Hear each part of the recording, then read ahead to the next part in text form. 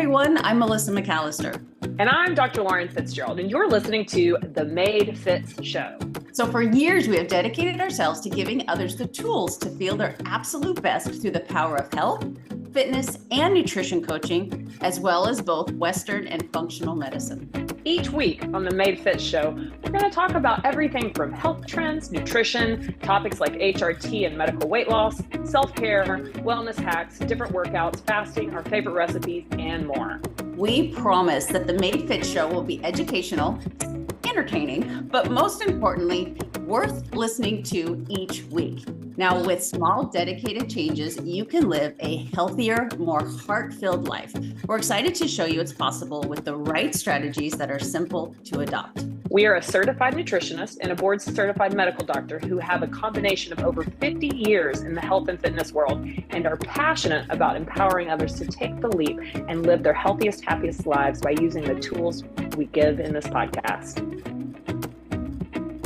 Hello, everybody. Welcome to the Melissa Made Show. So today's guest couldn't be at a better time. And I feel like I kept getting signs that she needed to be on this podcast because literally just before starting the recording and her hopping on, I was scrolling through my social media. And of course, there was a woman who had sunglasses on and she said, I apologize. And she lifted her glasses and you could tell she had just been crying.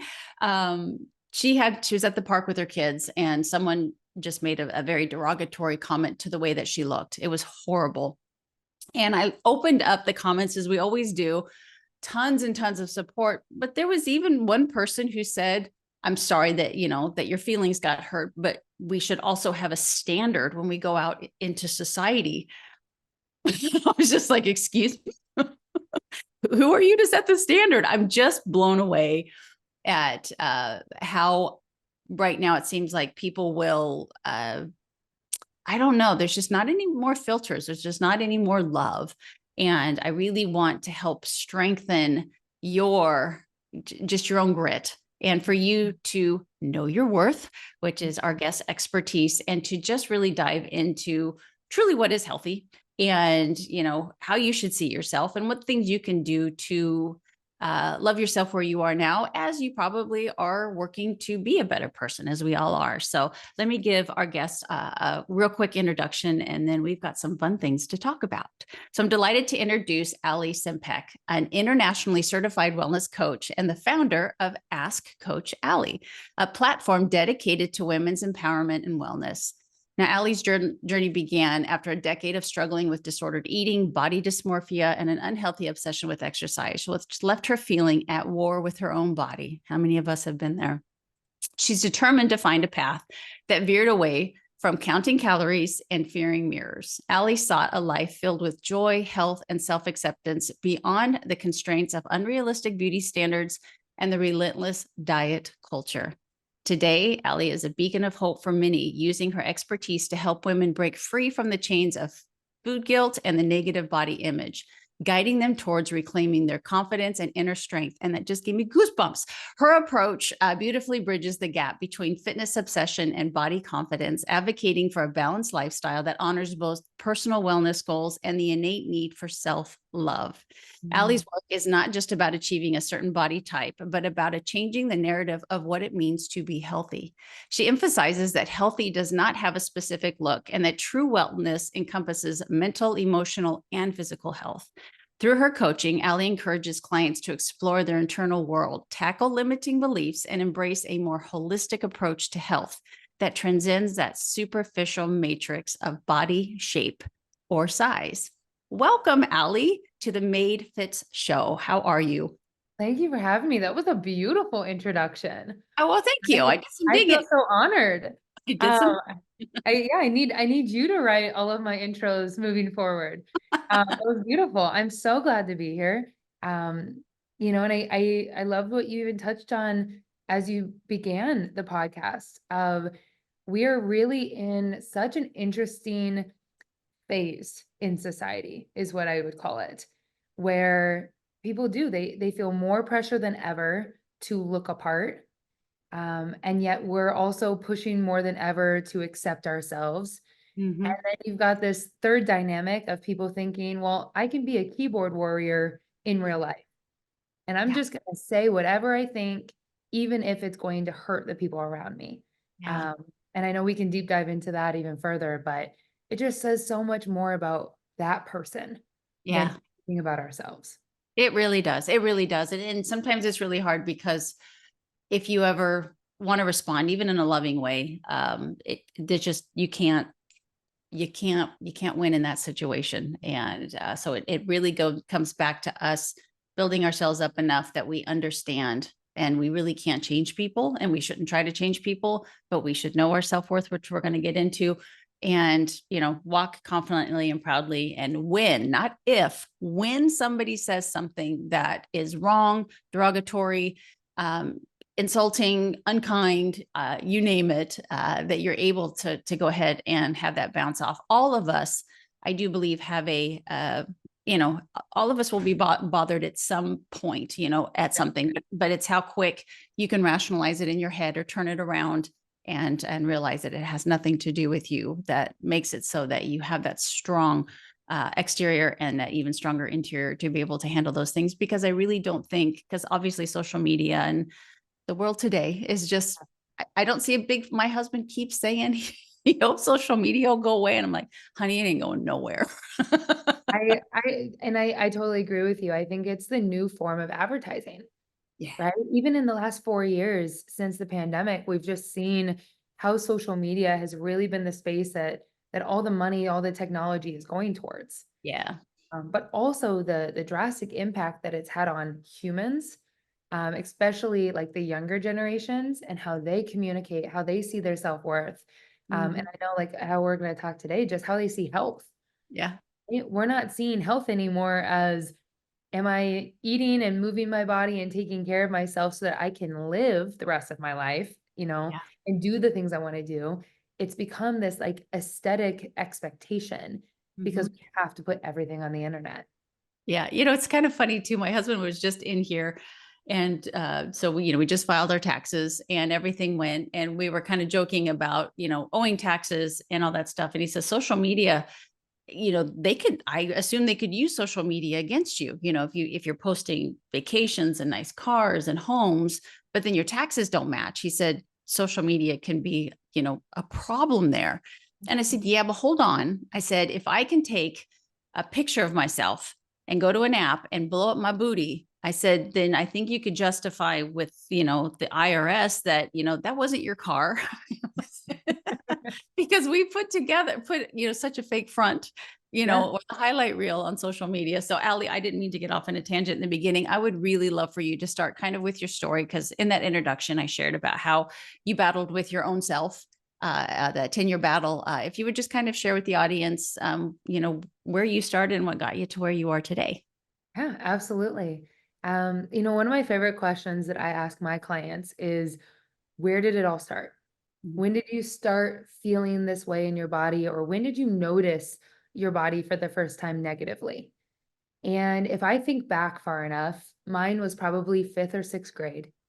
I started to notice that I was curvier, I was more developed than the other girls, I was already taller than everyone else. Um, and no one told me that that was normal, that that's what's supposed to happen. You should embrace that. At that age, and I think so many women can attest to it, and men as well, that we're just taught to feel uncomfortable, that it's awkward. And that is where really my obsession with changing my body was Mhm. deeply rooted, right? I started to learn how to count calories and track my weight, how to measure myself, and realize I couldn't wear the same clothes as my friends could wear. I couldn't shop at the same stores that they were shopping in. And it transpired into this obsession of, Mhm. if I can just become smaller, then I'll be like everyone else. I'll be accepted, right? I won't stick out. Um, and I think too, at that age, middle school and high school, kids are mean, Yeah. right? And again, it's no different, as we were just saying, it's no different than adults, but we're taught at that age to pick apart other people so that we aren't the center of attention or of jokes, right? 100%. We're going to put all of those fears on someone else. And so it's really easy to point out the differences of a girl that looks different than all of her friends. And so I was experiencing bullying at that time. And it really transpired through high school and college, this idea that if I could just learn how to fix myself, then everything would be fine. Mm. Right? If I could just learn the right diet, the right nutrition, the right workout, then I would lose weight and I would be happy and I would never have to worry about it again. And isn't it funny that that's so much our mentality? Even as Everything. you're right, even as women today, the clients I work with, I'm like, do you realize how silly that is? That we think that if I can just find this magic pill or this magic answer, then I'm going to get it handled and then it will never come back. And I was all the way through college. I was in my first job and I just realized like my entire like young adulthood, my childhood had been focused on how to fix myself, thinking I was broken. And Yeah. I was depressed, I was anxious, I was, not doing very well at my job. I was, ruining friendships and relationships because I was so hyper focused on what food I was allowed to have and if I could weigh my food before I ate it and if I had to miss a workout to be somewhere. And it just had become all encompassing. And I remember being at this point where I was, crying to my parents yet again, feeling like my emotions were all over the place. I didn't know what my purpose was, what my direction was in life. And he said, "Ali, doing the same thing every single day and expecting a different result is the definition of insanity. You are driving yourself insane, trying to pretend that all of these diets and these workouts and, these programs that you're doing are different, and they're not. They all come from the same want, the same why.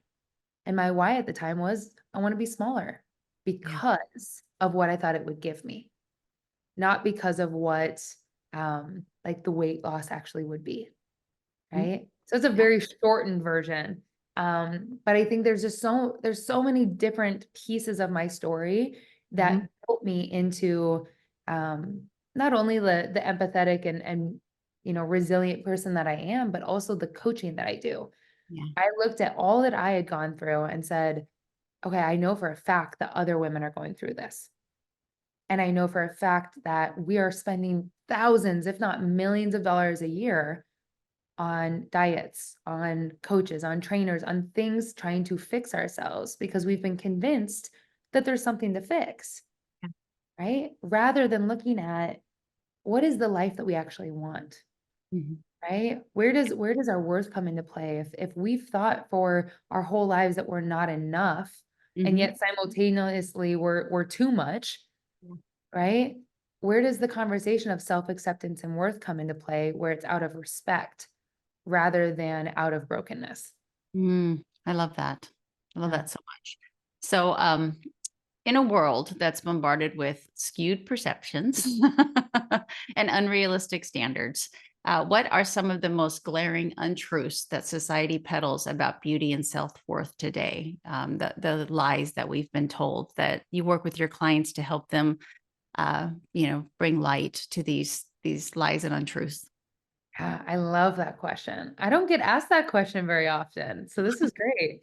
I think sometimes people are scared what my answer might be, but I think the untruth, if you look at advertising, diet culture is in every aspect of our lives, and it's a lot of times it's subconscious, it's hidden behind the message, right? But we go about our lives every day being told what insecurities we should have, right? You Mm, see it in advertisements. Oh, like if you want a flatter stomach, you should do this. If you want a bigger butt, you should do this.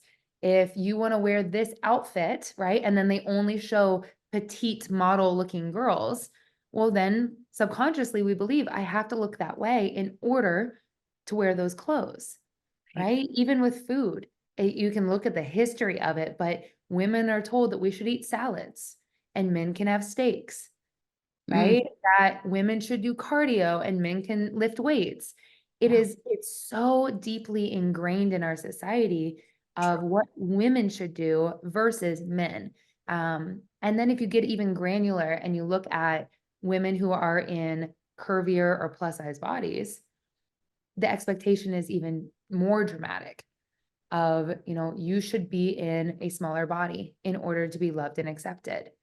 We're constantly told, well, this is the image of the ideal woman.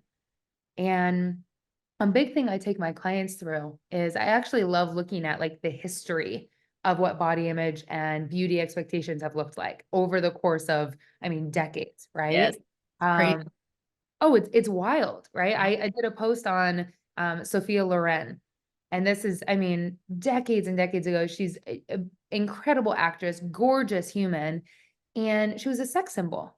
But if you look at her body then, and you look at the bodies of women that look like her now, I physically look very similar to her, Mhm. right? But today's expectations, that's not what people want. That's not the beauty standard. But couple decades ago it was, right? And so it's always evolving to the point where we can't keep up, Right.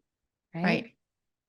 I saw that post and I could relate to it so much because several years ago I did the same thing. And it's funny, it's so cyclical. You get the very thin, Kate Moss, you get the very muscular women. At some point you get the more curvier women. We just go through these shifts, and they just it's your body type, hopefully, hopefully it's in the way you were meant to look will be the standard, at some point in time. And maybe it hits you and maybe it doesn't, but it's just mind blowing. There's really, I don't know if you would agree with me, but it's like, there's only like 5 or 6, and everything goes in for a while. And then again, it's almost the complete opposite. That becomes popular soon after. And Absolutely. I think and it's funny because I've asked this question as well of like, who's in charge of this? Right? Who makes this decision for us? Yes, I don't want to tear down all men, but yeah. typically, right? Yeah. Or if you look at how interconnected our food industry is connected to the fashion industry, which is connected to, like I lack of better words, like drug industry, right? Like you're looking at, they're all interconnected. They feed off of one another, Yeah. right? And if one says, well, this is the insecurity women are going to have, the other says, well, this is how we fix it. And then this one says, well, when we don't actually fix it, they have to keep buying into our system for Mm-hmm. it to work. The Yep. other one says, great. And when they fail there, they're going to come here. Mm-hmm. Right. And it's this constant toxic cycle where women are left feeling more confused, more disconnected to their bodies, and they've just wasted, thousands on thousands of dollars trying to fix a problem that wasn't really theirs to begin with. Yeah. I love that. And that perfectly sets me up for asking you this next question that I have. You've been instrumental in guiding women to liberate themselves from the clutches of diet culture and its persuasive myths, which we see daily on social media. Could you share how you empower women to dismantle these barriers and embrace their authentic selves? Ooh, it's a big question. Yeah. I think the most important place to start is the place that no women thinks they have to start, right? I'll preface this with, we live in a very action-based society. And so naturally, we're taught that we should be able to do and do and do and do, and then Mm-hmm. we'll get the result that we want, right? That's every program. Women think, well, I eat less, I move more, I'm going to get the result I want. Mm-hmm. And as so many of us know, that is not the truth. If it was, we would all be small and we would all have the same lives and everything would work. So the biggest thing I work with women on first and foremost is the mindset. It's the space saying, what do you actually think and feel? And if we can start to shift those things, it's going to impact what you do and the results that you receive, right? Because if you're waking up every morning talking shit to yourself and feeling like, oh, when I look in a mirror, I'm going to crumble apart and die because I don't want to see my reflection. It doesn't matter how many things you do, you're still going to feel that way, right? Those things aren't cohesive. You have to work on our limiting beliefs first. So I think a big piece of that is I help my clients really break down, what are the limiting beliefs? What is the negative self-talk that is repeating in your mind on a daily basis? If Yeah. as women, we have over 60,000 thoughts a day, and most of them are being repetitive, Okay. We need to probably use those to our advantage rather than our disadvantage. Yeah. Right. So it is, it's breaking down what are the limiting beliefs that you think are true? And how do we start to shift those? Or as I say, like give them back to who they belong to in the first place. Right. Because a lot of the things that we think about ourselves were somebody else's opinion. Yeah. 100%. 100%. That's almost worth saying again. Say that again. Most of the beliefs that we have about ourselves is somebody else's opinions in the first place. It's not Yeah. even ours. Give it back. Yeah. That's very Take it powerful. on over. So finding those limiting beliefs, because I think women, especially women, all humans, but especially women, get into the cycle of the, they're on autopilot. They wake up in the morning and they do their things, and they go to bed and they wake up the next day. That they don't even consciously think about that sort of thing. Like, what am I saying to myself? What limiting beliefs do I have about myself? What have I been taught as a child? What am I doing today that is causing these? Can you give the audience just some tips on ways to even just find what these beliefs are? I think one of my favorite ways that most of us don't take the time for is sit down and literally write out anything that comes to your head about yourself, right? And sometimes I do it categorically. So meaning, maybe it's about food and you're like, okay, what are my current belief systems around food? What do I think is true? Okay, well, I know growing up, I thought that carbs were bad. If I ate carbs, I would get fat, I would gain weight. I knew that sugar was supposed to be the devil, right? It was the source of all evil. I believe that if I ate more calories than I was supposed to, that something bad would happen or I was bad, right? It came back to I correlated all of these beliefs to who I was rather than just being statements. I was connecting them to my self-worth. So I think something I love doing with my clients is I have them literally just write them all out. What is a belief that you have said to yourself? What is maybe the first thoughts that you have when you look in a mirror? When someone compliments you, what are the Mhm. first things out of your mouth? Right? Is it thank you? Or is it, let me disagree with them and then tell them that I didn't shower that day? Right? We love to like dismiss and deflect. Mm. So really allowing yourself to kind of just like brainstorm. Yeah. Funnily enough, like brainstorm everything that comes to mind, put it on paper. Because a lot of times when my clients then look at the paper, they're going, oh my God, I can't believe I say that. Yeah. Right? I would never say that to a friend or to a daughter or to someone else. But I think that every single day.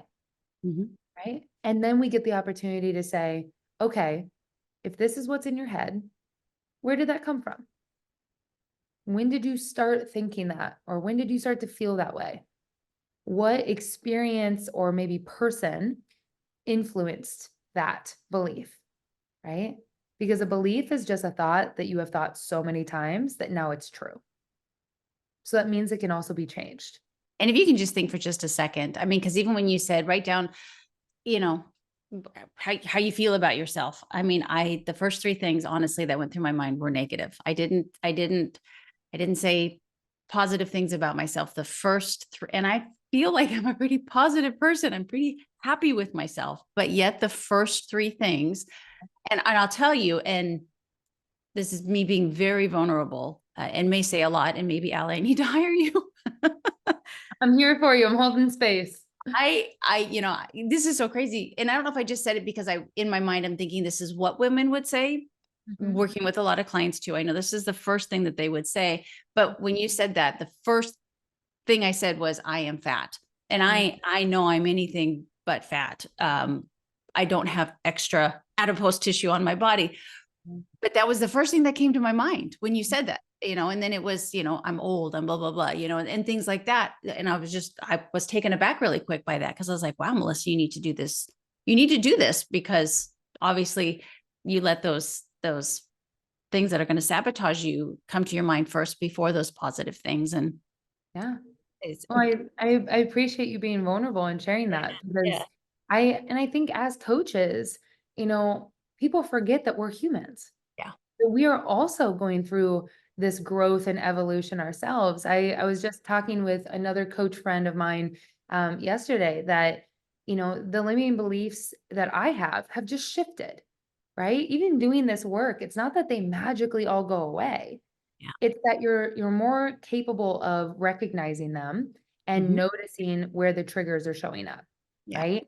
So for me, it was a lot more of, oh, you're not successful, right? You're not lovable, you're not accepted, you're not on the right path.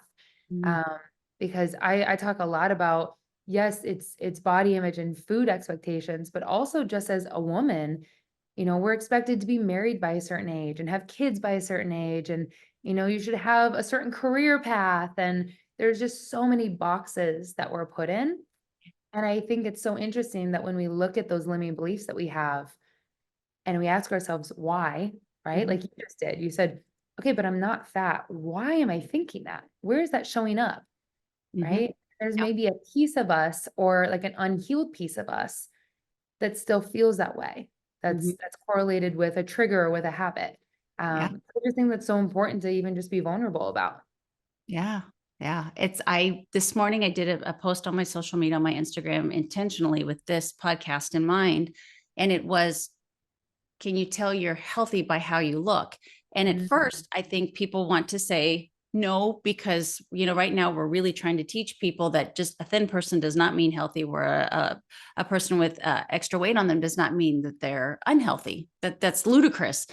But it was 10 things. And I'm looking at you, you're absolutely gorgeous. It's the strong nails. You've got, beautiful shiny hair. You've got bright white eyes. You've got beautiful The claws. glowing skin. You look so healthy. And so for people to understand that there are things outside of just what the scale says, or Yes. maybe specifically what the circumference of their waist is, that alone does not make you healthy. And I Absolutely. know you work with clients, with that as well. Food freedom. If you can kind of share how you help people with that. Working with a lot of the clients I do, and I always give them the option, but most of them, 90% of them always tend. So it's like, would you like to learn more, just, food freedom, intuitive eating, or would you like a meal plan? Are you like more structure? And they always go toward the structure. Not that I fault them for that, because that's a good place to start. In my heart of hearts, I always hope that women will want to get to that side of where I can learn to eat. I can trust my body. I can trust the feelings. I can trust my mindset that I want to reach for the food that serves my body versus the ones that don't, near as much. Can you kind of share how you help your clients with that area? Absolutely. I think you hit the nail on the head. It's the word trust. Most women, I would argue, will go towards the structured plan because that's what they've been taught. They think structure, it works. Mhm. If I follow this plan perfectly, then it'll work and I'll succeed, right? Again, we correlate it back to our worth. If I do all of these steps perfectly, then I'm being good Mhm. and I'm going to succeed, right? Whereas when we say, hey, do you want to learn how to be intuitive, how to connect back with your body, how to trust yourself around food? Women go, absolutely not. That's terrifying. That doesn't work. Yeah. I have no self-control. Yeah. I could never learn that, Mhm. right? Mhm. Um, I always bring it back to, I used to say that I didn't have the thing in my brain that told me I was full. I was always hungry. I was Yeah. always hungry.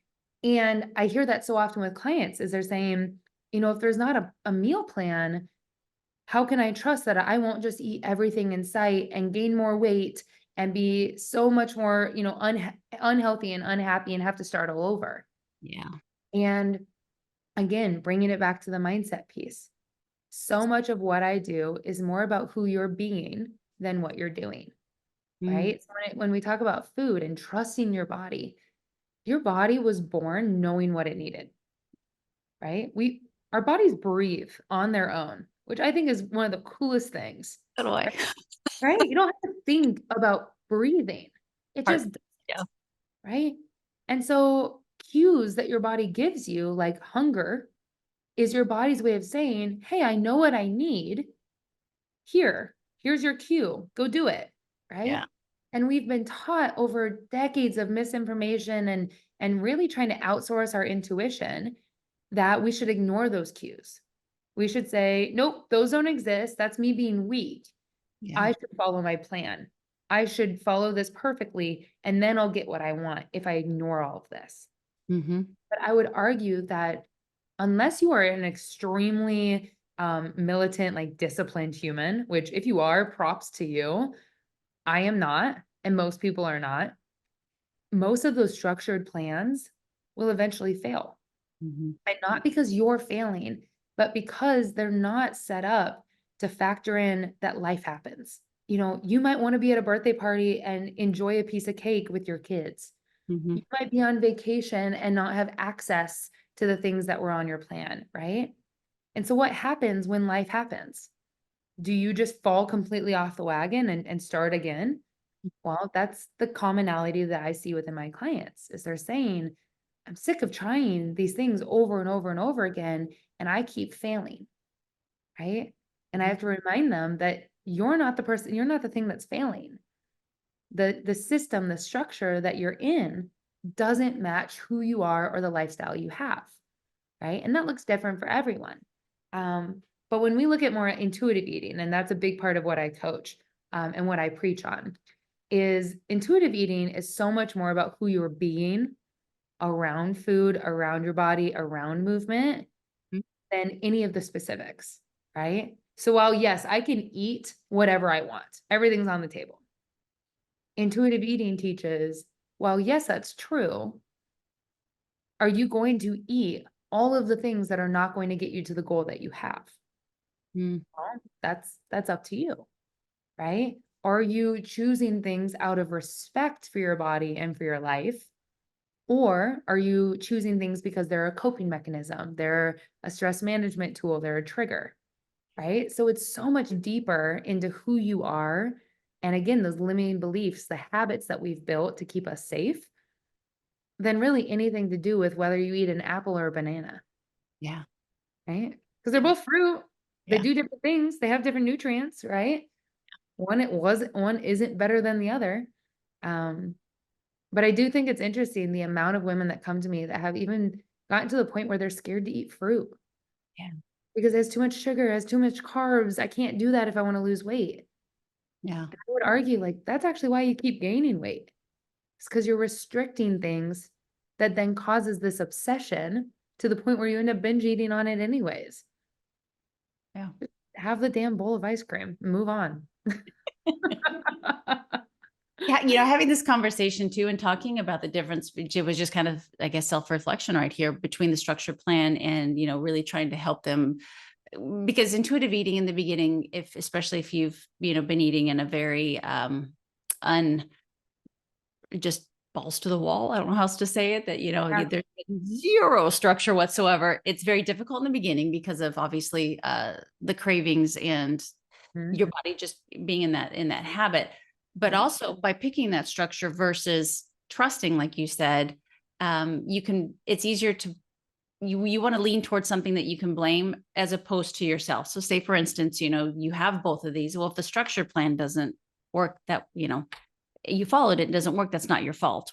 Where more the intuitive, at least in the initial stages, Yeah. people are going to be, you know, I'm failing. It's not that it's failing me. I'm failing because, I'm supposed to be paying attention to the cues. And so just, for my clients out there and anybody who has that opportunity to, head toward more something intuitive or self-taught versus structured, to just, again, think, maybe I can try to trust myself a little more and give that a try instead of automatically jumping to something that, like you said, which I agree with, that's the biggest hiccups my clients have when they pick the structured plan is I have a wedding to go to. I'm going on vacation, and they are so nervous and they stress themselves out so much about their date night with their husband because they don't know what to eat. And I'm like, that's not where I want you to be.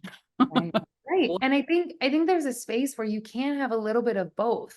Yeah. Right. But I truly believe that you have to almost have the intuition and the trust first, and then you can add in more of the structure again.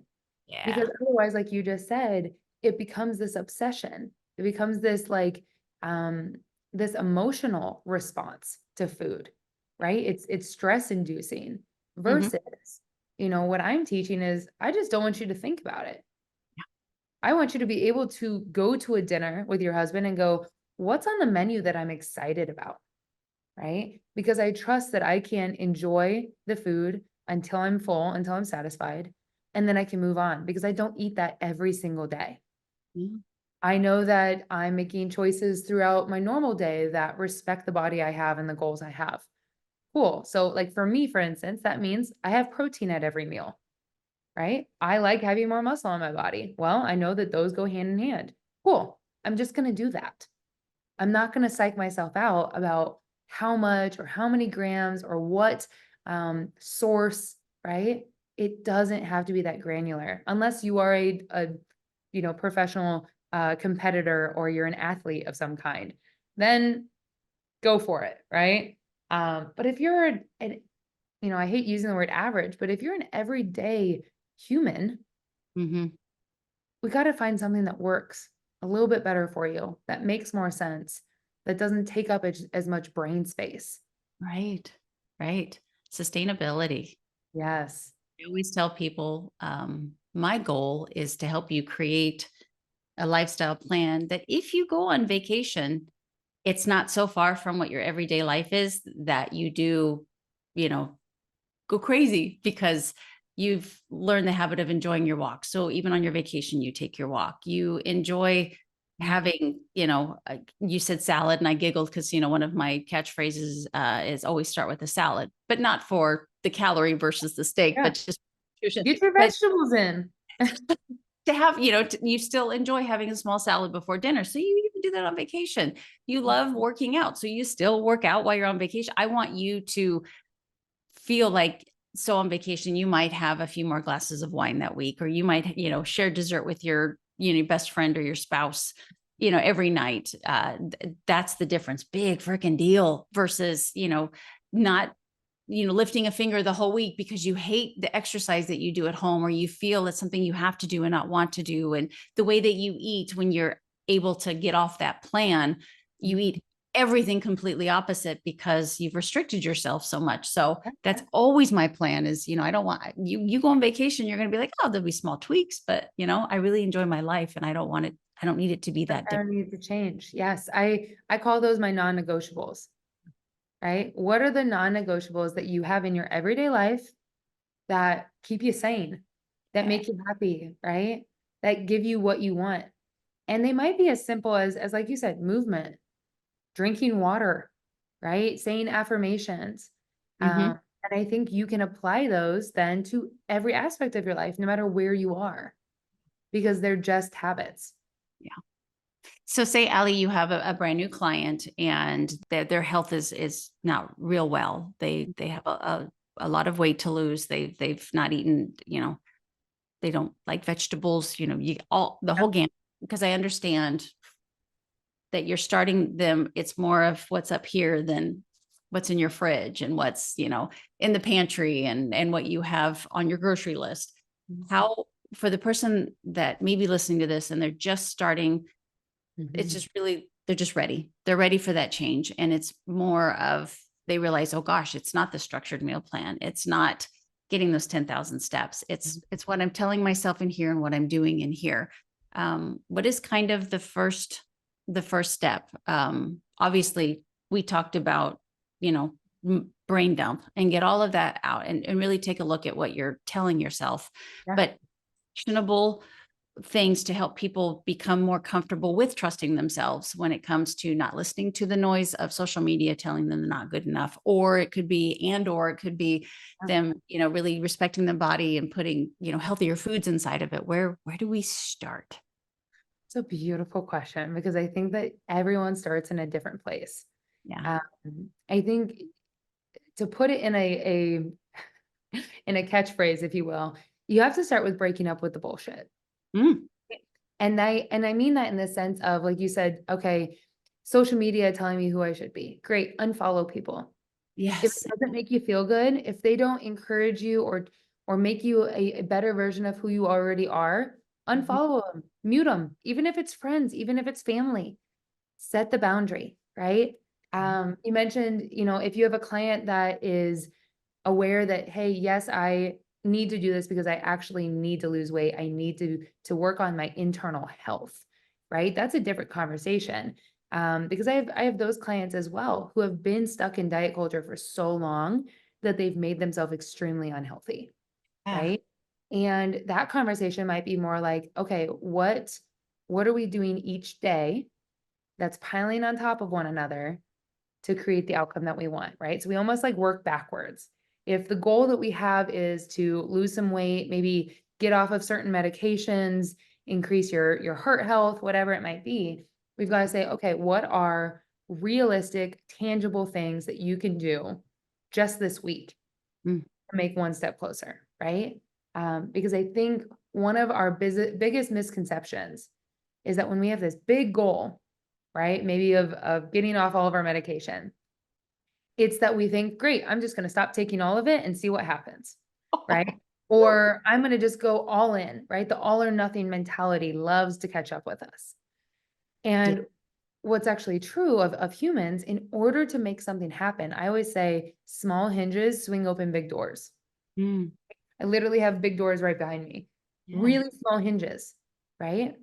Because the small baby bite steps that you take every single day, those are what create the big wins, the big changes, right? Mm.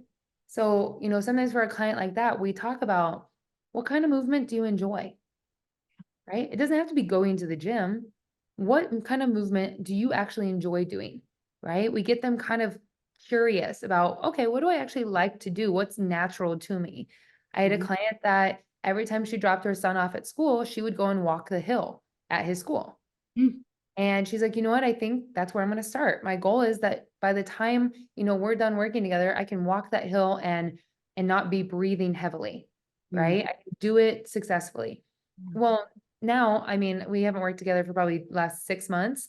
She sent me photos from their family vacation and they went hiking in the mountains. And like Hey. that was their vacation because she could physically do it, right? But it started with just walking the hill at her son's elementary school. Mm-hmm. Right? When it comes to food, sometimes it's about, again, being playful. It's all an experiment. Um, I love to say that curiosity over judgment, Mm. right? When you are actually being curious about something, you cannot be judgmental at the same time. They're Mm. conflicting emotions, Love okay? that. So rather than judging yourself of, oh, why did I eat that? I ate too much. I shouldn't have done that. I'm stupid. I'm bad. I shouldn't have, judging the heck out of ourselves. If we shift to curiosity and we go, okay, where did that come from? Why was I extremely hungry? Why did I eat everything on my plate even though I wasn't hungry? What was maybe triggering those responses? What could I do differently moving forward that would set me up for success, right? So again, it's a lot about who we're being rather than what we're doing. Mm-hmm. It's having those self check-ins. So it looks different for each person. I think that's the beauty of coaching Yeah. is you get to actually like look at the human and say, okay, tell me who the heck you are. Let's figure out what works for you. Yeah. Yeah. I mean, we've all gone through so much in our past, and even though, you don't want to live in the past, you can learn and it can help you in the future. And every single one of us has gone through, I mean, I'm 50 years old and we were military and, food wasn't abundant and I'll be damned if I didn't get up until that plate was empty. Absolutely. Yeah. Because And that's a generational like trigger that you have, yeah, right? right. So You it's you were difficult. experiencing scarcity. And so it became a habitual response of, I don't know when I'm going to have food again. Yeah. So I need 100%. to have it all now. Mhm. Yep. So it's, in starting the pattern with just, really paying attention and being curious, like you say, take the slow bites and then to put the fork down and be conscious about, are you satisfied? Not quite yet. Couple more bites. Are Yeah. you satisfied? And working through that and looking down at your plate and there's a couple bites left of almost everything. And that's okay. It doesn't Yeah. have to be finished. So I can totally relate to that. Yeah. And I do think we'd be remiss to say that you know, when it comes to food, body image, diet culture, it definitely does depend on like your economical situation. It depends on where you live. It depends on the race that you are, where you grew up, right? There's going to be different opportunities for different spaces, Mm-hmm. right? So I do always want to say like it's not a blanket like fix for Yeah. everyone and everything, right? Or blanket solution. But I do think it comes down to like what you just said of at the end of the day, for most of us, there will always be more. Mm-hmm. Yes, for sure. Mm. And I, Okay. before I turned off my phone, and I can't remember what it was. I was listening to a beautiful podcast, just speaking of economics. Anyway, he had a website for eating healthy, on a budget, especially if you're in food deserts and stuff like that. And there is a .org that kind of just lays that out on the least expensive with the most bang for the buck kind of foods that were really, really, helpful. And I might have to put that in the show notes, but I really thought that was yes, there it is. It's ewg.org, the environmental working group.org has a whole thing for anybody that's listening to this that's like I am, that is me. I really struggle to eat healthy because economics just aren't on my side right now. ewg.org I think is a great place to start. Oh, that's amazing. I love that. Yeah, that was a great resource that I wanted to keep and make sure that people knew was there. That's really, and there was also, Ali, while we're at it, was a really good podcast. They also talked about, because I think it's a sensitive subject, food addiction. Mhm. But Yale University has what they call a Yale food addiction scale, to where you can kind of take this questionnaire, this test to see, if you really truly have, because there are some, I mean, there is both ends of the spectrum, no such thing as food addiction. Yes, absolutely. There's such thing as food addiction. But where you lie on that, if there is such a thing, are you truly a food addict versus just being somebody who just really likes food? And so if you Google Yale food addiction scale, that's another place because sometimes you might actually truly need counseling for that if it is really truly a problem. Sometimes if you have a hunch that you have something like that, to go one step further and seek help specifically for that could be life-changing for you. Absolutely. And I think, anything, well, maybe not anything, but almost anything in our world can become an addiction, Yes. right? It absolutely can. And it's typically because we're trying to hide from something else that's going on that's a little bit deeper. 100%. I had a coach say to me once, no one is overweight or unhealthy because they're hungry. And Mm. I completely agree with that. I think we're usually using it as a coping mechanism. And sometimes it's a good thing. Sometimes you need to use food as a coping mechanism and it's readily available. But I think a lot of the things that we do in our lives are because of coping mechanisms to avoid, right? Pain, discomfort, change, because it's not fun. But sometimes it's what we need. Yeah, absolutely. Absolutely. All right, Ali, will you let my audience know where they can find you on social media? You have a website, a place that they can get to see what kind of coaching you offer for them, because I'm sure you resonated with quite a few of them. That's amazing. Yes, come hang out with me. My Instagram is Ask Coach Ali. It's just ALI. My website and all other social media accounts are the same, askcoachali.com. Yeah, like you said, if anyone resonates with the conversation that Melissa and I had, please like slide in my DMs. I love to have conversations. I love to meet people. So come hang out. I love that. And it might be me. Please do come. I would love to hang out further. That would be amazing. Well, Ali I don't know if I can say this publicly, is moving somewhere close to me. And we just might have to, I'm going to tell her we're going to have coffee, but it's actually going to be a coaching session. I yoke up a coffee. That tends to happen more often than not, and sometimes unintentionally. It might just be who I am at this point.